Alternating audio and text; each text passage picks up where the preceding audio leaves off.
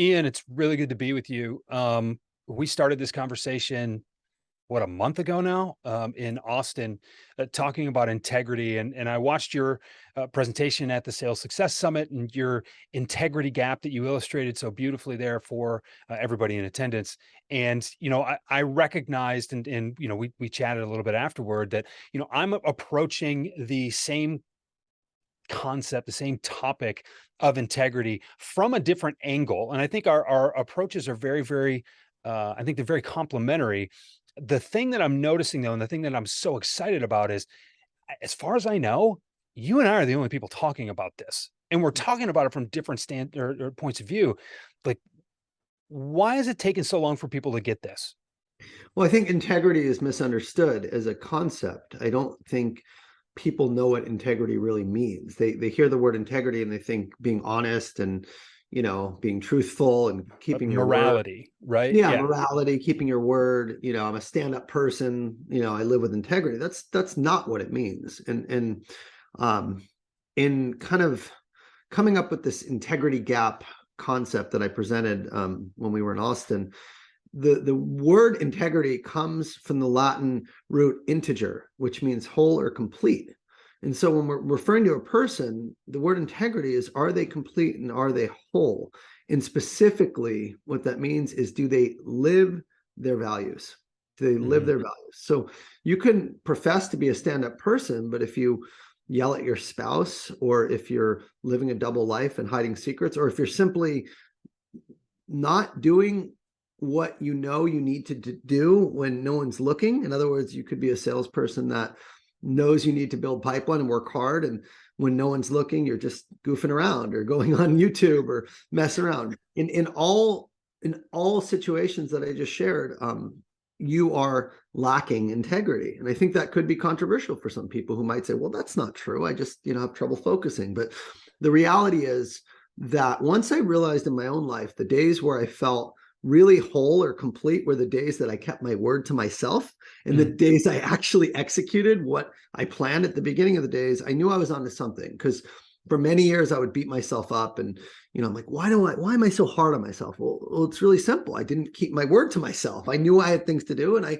chose not to do them, or to do other things instead. And after beating yourself up for so long, you eventually get tired of it and realize there's got to be a better way. So that's how I started my journey. And then things started to shift in my life when I just simply started keeping my word to myself and others. And then I started teaching it. So I'm glad you're talking about it. I'm glad I'm talking about it, because people need to know why they're feeling why people are hard on themselves and why they're feeling bad about themselves. And when you can reconcile that, everything changes. Everything changes.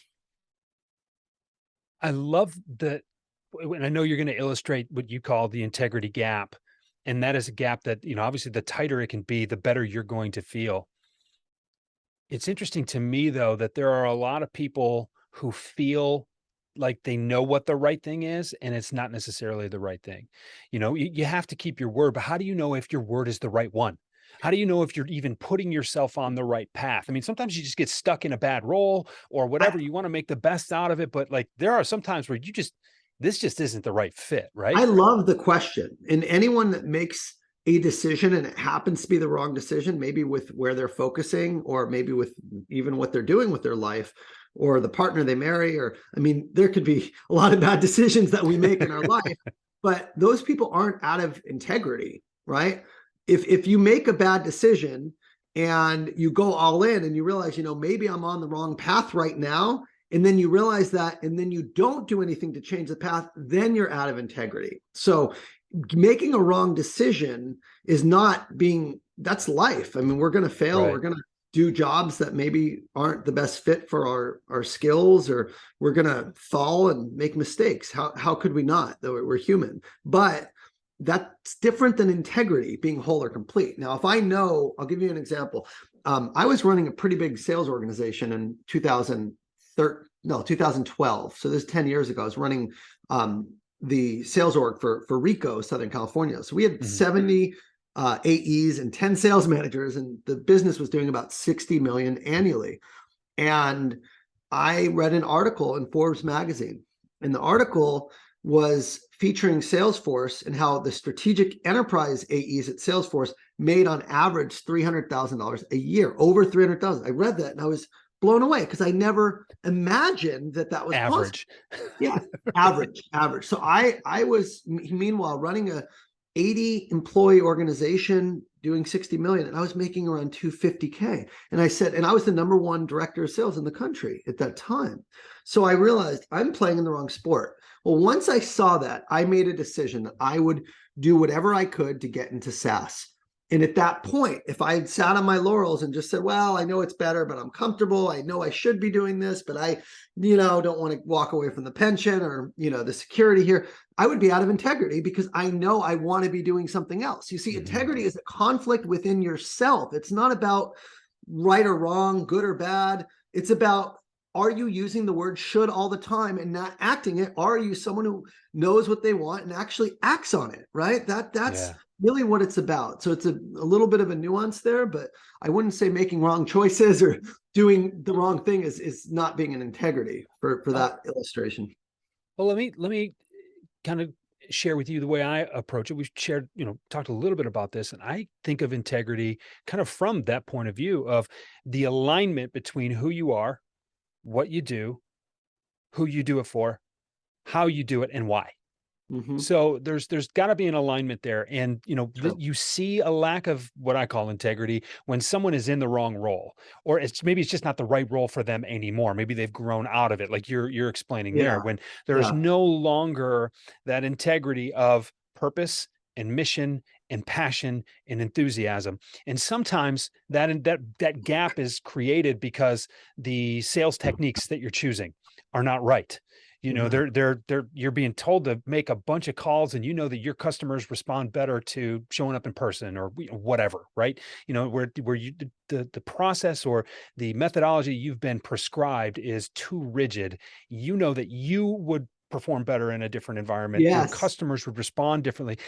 You're doing what you say you're going to Okay. do. So So you're so in integrity with that regard, but it's just not the right yeah. So fit. that's I love it, and I think that absolutely fits the framework of my integrity. So when Mhm. I say, and I'd love to share the illustration when and if you want me to, Yeah. but when I look at the framework that I share is your values and your actions and behaviors, are they aligned, right? Mhm. Is your beliefs, are your values. So if you see yourself, for example, as someone who is authentic, and you see yourself as someone who's creative, and then you're being forced to do 100 calls every week and act like a sales robot, you are not living your values. So it's Right. absolutely fitting that same definition because Mhm. you're continuing to stay in a role where you can't express your best qualities, your best self, right? It's like Mhm. if I were to have stayed in Salesforce, knowing that I wanted to serve people and coach people and help people at a deeper level than what I could do selling software,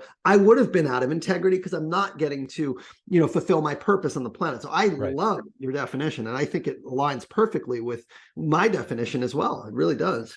Why don't you go into your illustration there and whiteboard this out for us? I've seen the slides. I know elsewhere on your YouTube channel you've got some illustrations of this.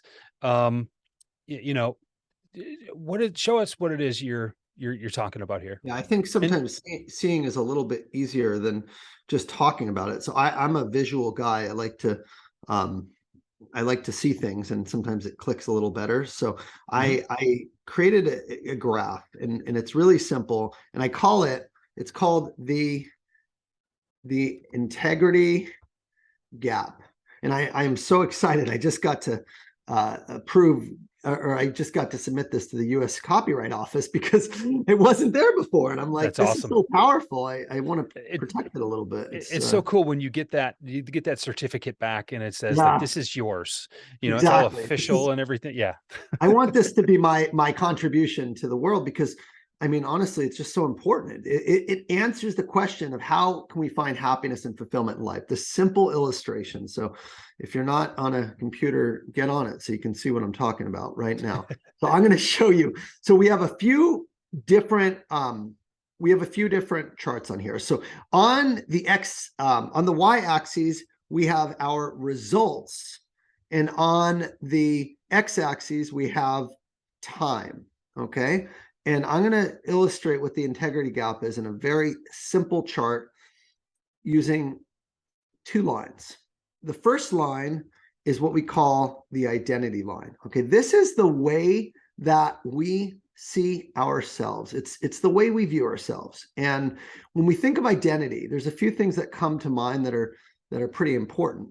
But really, it's our values, it's our beliefs, it's our thoughts, and really it's our words too. It's not just it's how we position ourselves to ourselves and to others, right? This is our identity. It's the way we see ourselves and the way we want others to see us. It's what we think, it's what we say, it's what we believe, and what we value in its simplest format. Okay, so think of that first line as the identity line. And the reason it's going up and to the right is as we grow older in life, as time passes, we expect more from ourselves. Okay, this is why when someone turns 30, sometimes I see this, or I saw it with some of my female friends when I was around 30 years old. They all said, well, I'm 30. I should be married or, in a relationship. My biological clock is ticking, right? Because they expect, and again, I know we're in an interesting time right now where man, woman, he, she, they, right? Everyone has different ideas of gender, but I'm making a generalization for my specific female friends. They wanted to have babies and be settled down in a relationship when they hit 30. I saw that on my 3 closest friends that were single at the time, and they all were feeling this way. Well, this is the identity saying, I am 30, I should be in a relationship. I want to have babies by now. I thought I'd be in a different place. Now, if you're turning 40 like me, right, you might say, you already have a family. Maybe you want to say, well, I thought I should be promoted right now. I expect to have a certain amount of money in the bank. I expect to be performing at a certain level. So that's why the results are going up, because as we get older, we expect more from ourselves. The other reason is our identity is expanding. So as we tend to get older, we take on more responsibilities, not just for our work, but we get married often, we have children. So our identity expands to the identity of a partner, or the identity of a father or a mother, or the identity of a leader in maybe our church or our community, right? So the more life passes and the more mature we get, the more we expect better results in all areas of life. Well, that's the identity line. And the challenge for, I'd say 95% of this world, probably higher, is that there's another line which doesn't necessarily match up with this. And that is the reality line. Okay. And the reality line is our actions and our behaviors. Okay. So I'll just illustrate this in a couple examples, but to keep it super simple, this here, anything that is space between our identity and our reality, that space between is what I call the integrity gap. And I'll give you just 2 quick examples of that. I just shared one example, but if I see myself as a healthy person, I happen to love running. And if I'm not running, if I'm taking a month off or I get out of my routine, I am going to have an integrity gap because my identity is that of a runner, but my action behaviors are someone that's not running, right? And that's why I would feel bad about myself. So how do I fix that? Well, I start running, and now I have very little space between the reality and the identity line. The two are aligned.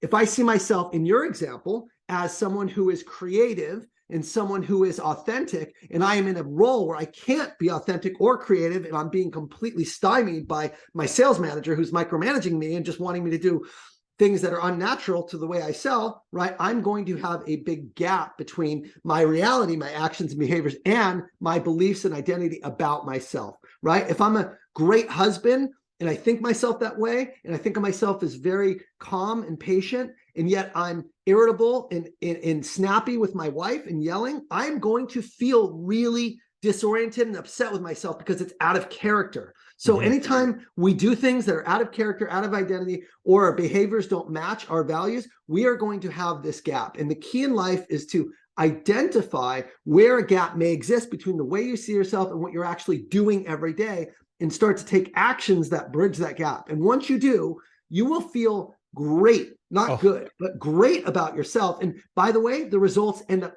following. So the results end up being close to the identity. When we change our actions and behaviors, the results of the outcome, the outcomes that you actually wanted from the get-go.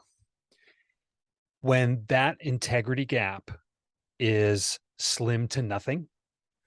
In a sales context, I call that feeling non-monetary compensation. That's Yes. fulfillment.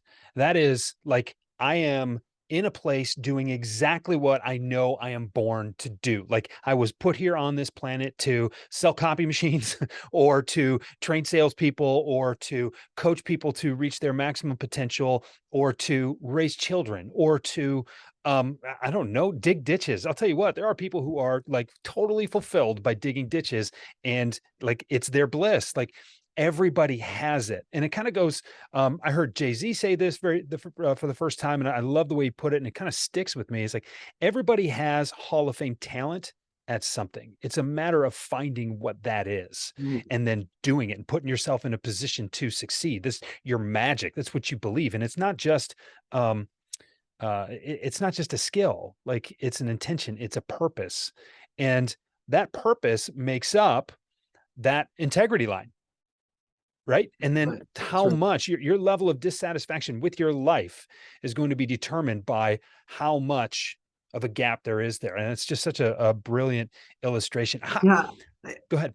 I was going to say, I love the way you're thinking about this, Jeff. It's a little bit different than how I am, but it Mhm. adds and complements the way I'm thinking about it. Because you're looking at the identity line as the purpose line or the life mission line, which is next level. That's in Maslow's hierarchy of needs. That's really the self-actualization line, living, becoming yourself and living your values every day, right? So I think of it as, look, hey, the way I see myself and my actions and behaviors aligned. Am I doing the things that are in integrity with my values? Do I show up? Do I work hard? Do I work out? Do I Mhm. spend quality time with my family? You're thinking about even at a grander scale of, am I living my greatest life, and am I living with purpose, and am I living my mission, which is like something I think many people they're not even there yet, right? They're just Right. like, can I keep my word to myself and actually work a full day, right? So I just And like where you're taking it, because that's really the ultimate goal for any person on this planet, is to live their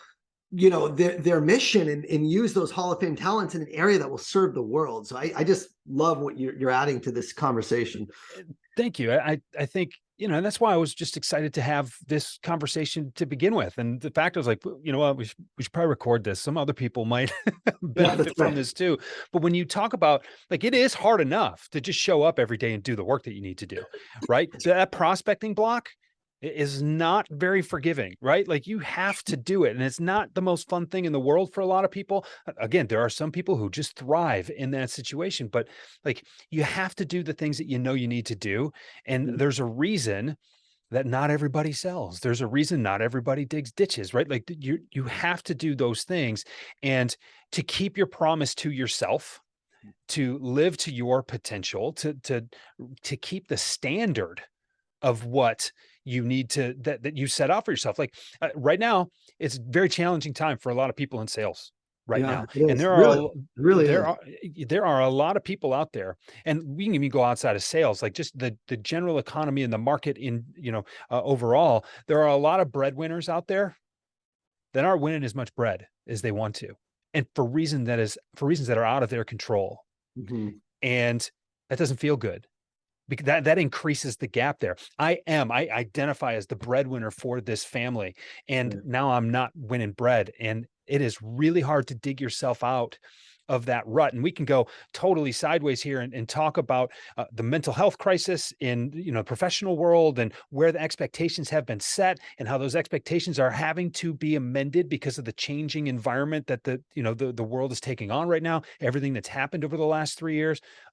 My wife, I mean, she's my best coach. And she's like, Jeff, if you just stopped for a second to recognize that our foundations over the past 3 years have absolutely been, they've crumbled underneath us. All the stuff that we thought was important all of a sudden isn't that important anymore. Like, will you give yourself some credit for that?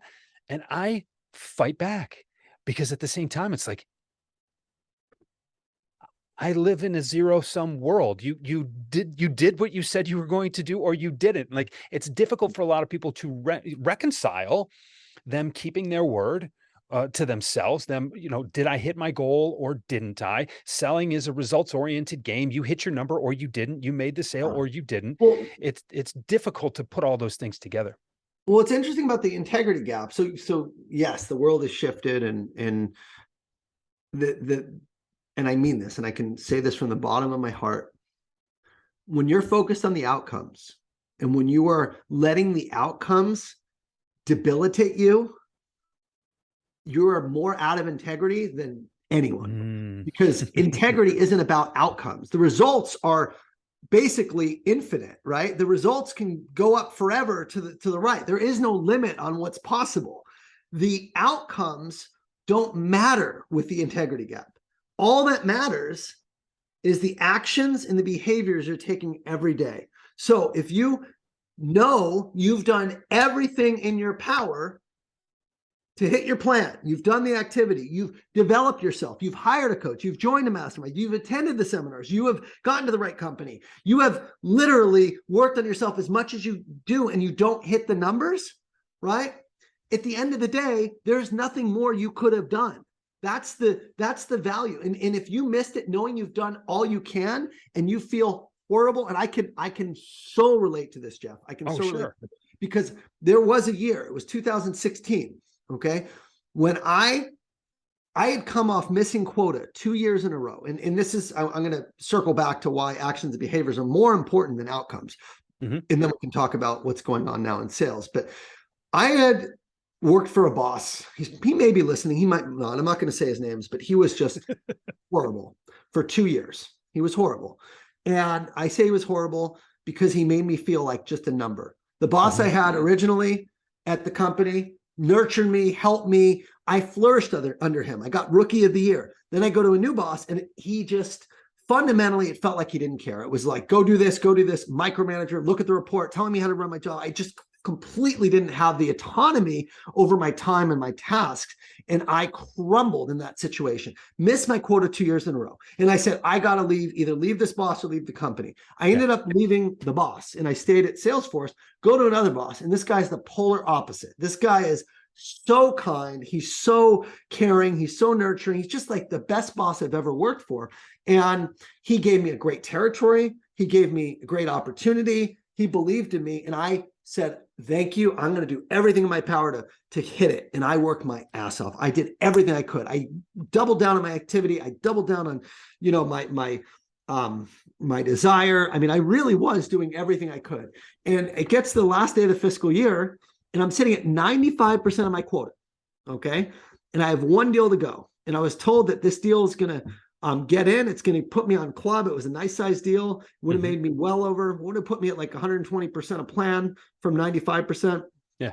Customer calls me, says, come on in and pick up the paperwork. I'm like, great. They're like, you just, one more thing. We just got to sign. The president, it just wants to talk to you for a few minutes just to meet you and sign. This is already approved. So like, perfect. I'll come in. Last day of the fiscal year, January 31st. I get in, go over everything. She's like, give me a minute. Just wait outside. She keeps me waiting outside for an hour. She's on the phone. I'm like, what's going on? I hear her talking. She's talking in Chinese. The company had a parent company who was Chinese based, and she's calling, and I didn't know if it was another call or what, but she comes back in an hour. Now it's around 4 or 5 o'clock, the last day of the fiscal year, and she says, Ian, I'm sorry, but we can't do this deal. And I said, what do you mean? What's going on? She's like, well, I just got off the phone with our CIO of our parent company in China, and he told me that they have a similar CRM initiative, and they don't want us to sign off until they vet this to make sure it's not redundant. And I said, this has nothing to do with your parent company in China. This is specifically for your organization. It's completely autonomous. It's a subsidiary company. Like, there's nothing redundant about this. Like, let me talk to the CIO. Like, this is the last day. This is the last day of the year. We don't have this deal tomorrow. I had given him a smoking deal. And she's like, I'm sorry, we can't do the deal. I'm like, well, let me get the email address at least. Let me see if I can get them on. So I'm sitting outside again. Now it's 5 or 6, and I'm emailing. I'm trying to call. Nothing. No response. Now it comes around. It's about 6, and she's like, Ian, you got to go. Everyone's closed. I got to shut the building down. And I said, I sent you and I started throwing out discounts. Like, if you do it today, I'll give you another 20% off. It's gonna, because at this point, I just need to get the deal to get to my number. It's been 2 years missing. This would have been third year. So I'm like, I'm not leaving without this deal. And I told her that, right? So I was like going to do whatever it took. And she's like, look, this is not my call. The CIO tells me not to. I'm not going to do it. You want to get him on the phone? If he tells me, okay, I'll sign the deal. So I'm like, great, I'll send the DocuSign over. It'll be in your inbox. So I send her the DocuSign and I keep calling the CIO. Nothing. Go home. Now it's about 10 o'clock at night. Finally, he picks up the phone after like 15 calls. He's like, hello. I'm like, hi, this is Ian. I'm so sorry to bother you, but we're trying to get this signed. It's the last day of our fiscal year. And, I just want to answer any questions you might have, or just, go through, because I understand there might be a question about redundancy. And I'm just telling you, this is not redundant. We've been working on this 6 months, blah, blah, blah. And he's like, Ian, I'm sorry, but I'm on vacation with my family. I can't deal with this now. And he said, why does it have to be right today? Why does it have to be right now? And I said, because it's the last day. We're not going to get this deal. We put everything together. We've been working all year for it. He's like, I'm sorry. I don't work this way. Click. Wow. Okay. And I remember that day like it was yesterday. It was January 31st, 2017, the end of our fiscal year for 2016, because we ended in January. Yeah. And my head, I've never had such a pulsing migraine in my life, Jeff. It was pounding. It was just, I looked at myself and it was an out of body experience. And I screamed at the top of my lungs. I screamed the F-bomb. And I just remember thinking my identity was shattered. And the reason this is so important is because my identity was being wrapped around being a top performer. And when you have your identity wrapped around an extrinsic motivator like performance or money or income or status, you are fucked. Pardon me, but there is no way to maintain being a top performer all the time. And that is not the point of integrity gap. So I'm giving you that example because if you're wrapping yourself around results, sometimes it's just out of your control. And sometimes you can do everything and still fall short. And if you beat yourself up over that, you're just going to be in for a very disappointing life, because there's always another level of performance and income that you could go after that's external to you. So integrity gap is all about integrity within yourself, not within the external world. So before you told that story, you were talking about not getting too caught up in the results, knowing that you've done everything you can. My question to you, I'm going to plant this seed and then I'm going to throw you another question. Okay. Sure. So, how do you know when it's been enough? Okay. And the reason I asked that question is I'm going to tell you my own story. Year 2013 at my company, I was rep of the year. They gave me a really nice watch. They gave me a watch that I would not buy for myself because my phone tells me what time it is. Oh yeah. Oh yeah. And so I love it. And with the little sidebar here, I wear that watch when I perform. I wear that watch when I'm on stage in front of hundreds of people, because I'm reminded of why I won it. Right. So there's a mental tie to that, an emotional tie to that. But I won that year. And it was after I thought I won the year before. Like they get ready to announce the name. I'm halfway out of my seat and they announce my friend. Right. So I had years of consistent performance with this company. Market forces changed, things like that. We go through 2014. My territory actually shrunk by about 1.5%. And I am pulling my hair out. Actually ended up in a therapist chair. And it was the first time someone was like, you realize your expectations are totally unreasonable, right? And I told her, I said, no, you just don't understand. This is just how it is. This is the industry. This is how we sell. This is the world that we live in. She says, tell me what I don't understand. And she just lays all this stuff out there. It was like I got shot. Like I'm just rocked back in my chair. I'm like, oh my goodness, you're right. How do you know when it's enough? Right. I mean, and at that moment is when I decided that I needed to do something else. I needed to make a change. I ended up opening up my own business. I mean, similar to what you did. Like that's how I ended up where I am today. But how do you coach somebody who was in your position, who was in my position? And we have years of hindsight to rely on now, but let's talk to someone who's, 35-year-old us back in the day. How do you coach them to say, you know what, you've done everything you can, you have to let go of this, when everything in their world is telling them you have to hold on to this is who we are collectively? Yeah. And this is a counterintuitive answer, but you just answered it yourself when you said, how do you coach someone? If I'm coaching somebody, they are already doing enough because they hired a coach. Okay. So this is not a biased answer, because I know both of us coach people, but for my story, I had tried on my own for 3 years and failed. in the problem that most people have, they're not doing enough. It's not just they're not working as hard. Let's say you are working as hard, but you're still not hitting your goals or you're not getting the results you want. The problem that I had for 3 years is I was so damn stubborn that I thought I could figure it out on my own. And I did not seek help. And what I learned in 2017 after that migraine is I never will ever want this feeling again. I never want to be sitting the last day of the fiscal year and need one deal to win. This is the worst feeling of my life. So I'm going to do. I'm going to multi-threaded. Yes, I'm going to do. I was a lone wolf that was starving. So I'm going to do whatever it takes to actually learn how to sell from others. That was the realization. So at that point, I finally became receptive. And when you are receptive, when you are humbled, when you are God, the universe, whatever you believe, you get to a point where you get humbled and defeated. And in addiction recovery, we call this a rock bottom. And I had hit my rock bottom in the sales world at that point. And at that point, I was blank inside. And I said, I don't know the answer. And that really led me to join a mastermind, hire a coach. And that next year, same person, I end up finishing #1 in the enterprise space at Salesforce and making 7 figures. So go figure, same person. So what did I do differently? Well, I said, I let go and I let go and I got help. So if you are thinking you're doing it all, but you're not actually investing, and I mean paying, I'm not talking about watching YouTube videos. I'm not talking about looking on a podcast like this. I'm talking about paying for somebody to help you, like you or like me, or part of a mastermind where people have done it in the highest level. And there are a lot of great people running programs right now. But if you're not willing to fork out some money and actually get help to invest in yourself, you're just a fool, in my opinion, if you are not getting the results you want and trying everything on your own. Because clearly you're not able to face reality and realize that, you are the problem and you are the common denominator between success and failure. Now, at that point, if you get a coach and you follow the playbook and you actually have someone helping you and you do exactly what they say and you still miss it, then I've never seen that. I genuinely have never seen a situation where someone was getting mentorship or investing in following the playbook to a T and really doing what they're saying and not having results, right? That's the truth.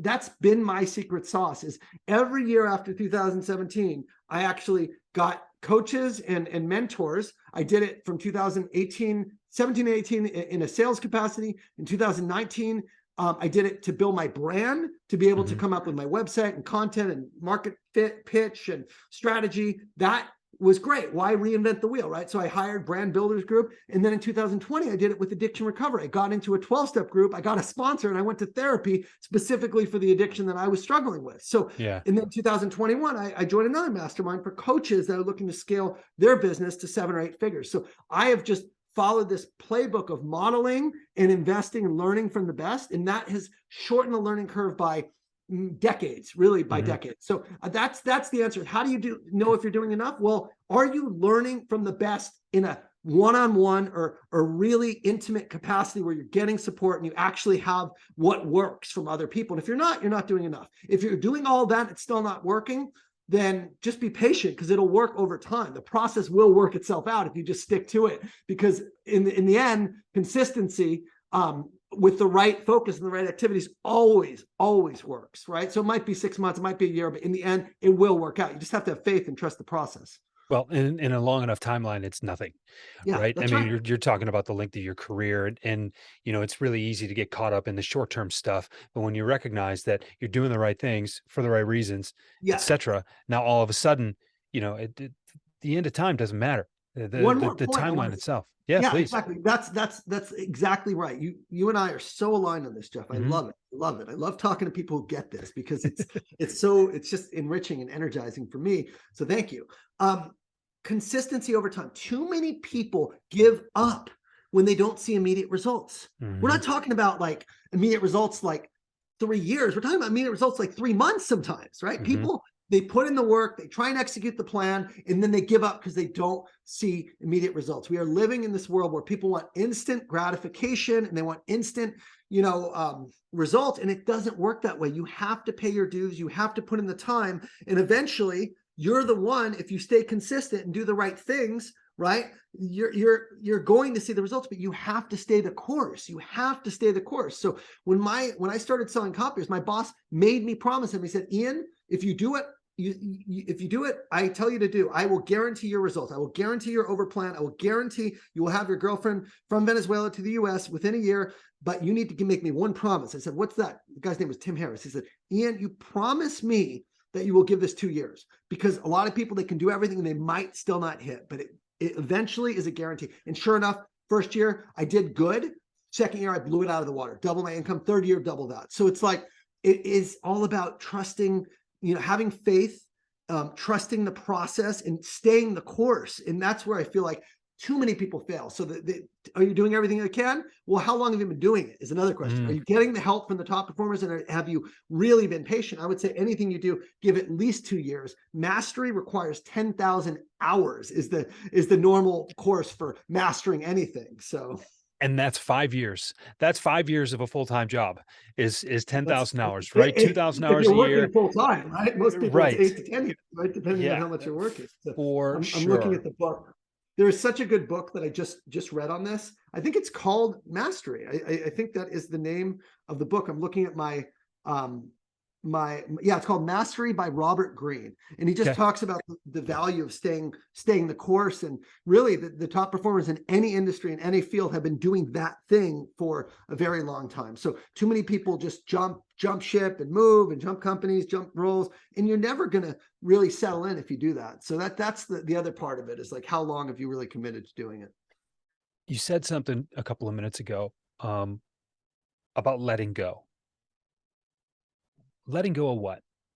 I have something to add to that, but I letting go, like Attachment to results. okay. Attachment to results. Instead of being attached to results, be attached to execution of the process. Whatever Mhm, I call them revenue generating activities. But if you're in sales, if your results and you're attached to like hitting quota, that's too far. You don't control that. But if you are just focused on what deals can I advance today, right? I call them revenue generating activities, or either advancing pipeline or creating pipeline. So what mhm. deals can I advance today? Look at my pipeline. What are the things? What are the hard conversations I need to have? What's the info I need to get? What are the next steps I need to book, right? That's in your control. And then prospecting, right? Creating pipeline is the other. Okay. If I don't have the pipeline, if I've done all I can in deals, now it's time to actually start prospecting again, instead of running circles and annoying people when they have to go through their process. So I think that when I say letting go, it's letting go of attachment to extrinsic outcomes, and Mhm. instead hanging on to what you can do today to actually determine your destiny, and only measuring yourself on, did you do those things or not? It's really focus on the process and not the prize. That's the simplest way to put it. Love that, and I'm gonna take a spin on that. Letting go of the way you think these things need to be done and doing them the way that only you can do them. And I'm going to tie this back to integrity. And I'm going to show you my slide now. I'm not as good on the whiteboard as you are. So I'm just going to I show you fumbled this. that. I fumbled that thing big time. By the way, I was like trying to get the fonts right, but I think we got through it. um, I've got this graphic, and if you're listening to this in the podcast feed, then go check it out on YouTube. But this cycle, I call it the sales success cycle, and it's what makes up the whole theology and methodology behind Sell Like You. And the three aspects of this cycle are integrity, belief, and performance. Integrity is made up of what I told you about before. Are you doing the right things for the right people, the right ways, for the right reasons? When you have that alignment put together, it instills belief. When you believe you can do something, that is the only way you're ever able to perform, particularly at a high level or anything reasonably considered a high level. But when you believe in your own integrity, when you believe in your own skills along the lines of that alignment, that's when you can rethink the way you sell. And you can start to redefine selling for what it is for you. So you can't sell the way Ian sells. You can't sell the way I sell. Neither Ian nor I can sell like each other. Right. If I took your scripts, if I took your playbooks, I would be good because the stuff is good and it works, but I won't be as good as I can be until I make that stuff my own. If I take the roots of why what you're doing and what you're teaching is so good, and then translating them into my own, unique language, that's when I can reach my highest potential. That's when anybody watching or listening to this will be able to reach their highest potential. And that's where I think people go wrong. They think that the playbook is going to do the work for them. No, no, no. Your take on the playbook is what is going to make you succeed. But when you believe in what you do, when you rethink the way you sell, now you start to perform in a way that is in alignment with your purpose, with your higher principles, with your enthusiasm and everything that goes along with that. That's what it means to sell like you. And that is where your ceiling gets completely obliterated. There is no ceiling when you do that. This is a virtuous cycle. Your integrity instills your belief. Your belief is the cornerstone of your ability to perform.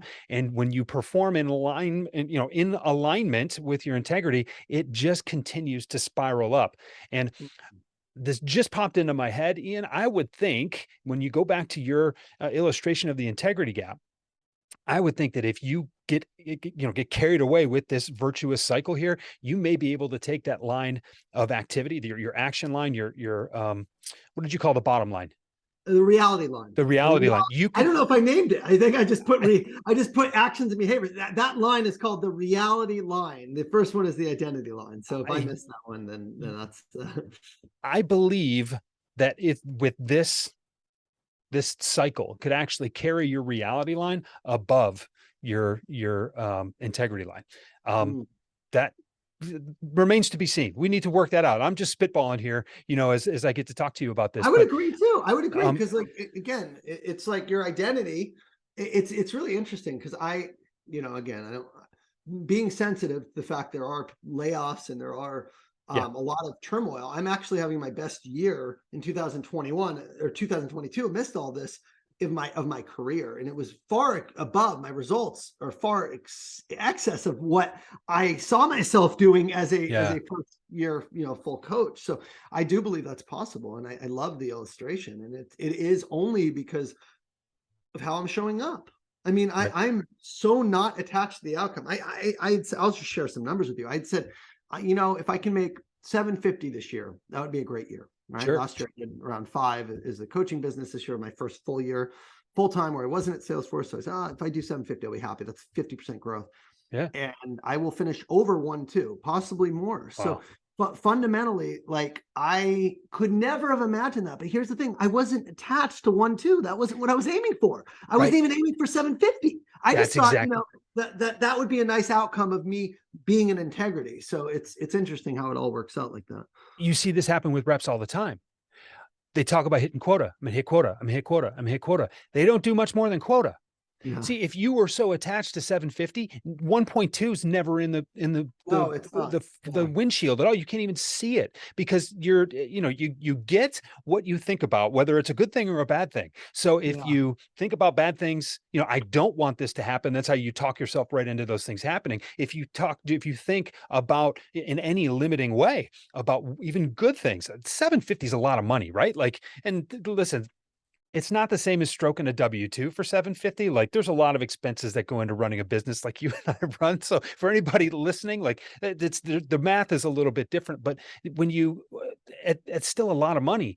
And if you were to just say 750, 750, 750, you don't even create the possibility for 1.2 to happen. 100%. But when you think these are the things I need to do to get to 750, and I'm just going to do those things come hell or high water. Yeah. Well, 1-2 comes into focus. 1-5 comes into focus. 2-8 comes into focus. It's interesting because now 2-4 is in focus for me. So I'm on a plan for next year, because that's the person that I'm getting coaching from. And like, well, if you just do this and this, it's just math. You just have to get this many people in this level and set up your order and your offer this way. Now, is it going to happen? I have no idea. And if it doesn't, I don't care, because that's not the goal. Right. The goal is to serve at scale. The goal is to really help salespeople. And I know if I do that, the money's going to flow. So I think, again, coming full circle, integrity is about not just like doing what you say you're going to do, but it's like, are you actually helping and serving other people? Are you just self-centered about, what you, I wrote this, it's so interesting. I wrote this, I don't know if I could find it. I wish I can. I might be able to find it in a second, but I found this this document a few years ago, and I wrote about integrity, and it was like 15 or 20 years ago, and I I had this document of like, what is God, right? Oh, wow. And it was very, very deep. And I want to Yeah. find it, and we can maybe edit if we need to, so I can find it for you and go through here. But I want to read it to you because I found it yesterday, and it was like the most interesting and powerful thing that I had written, and I didn't know it at the time. And I went back at it and I looked at it, and it was like, oh my gosh, what is this?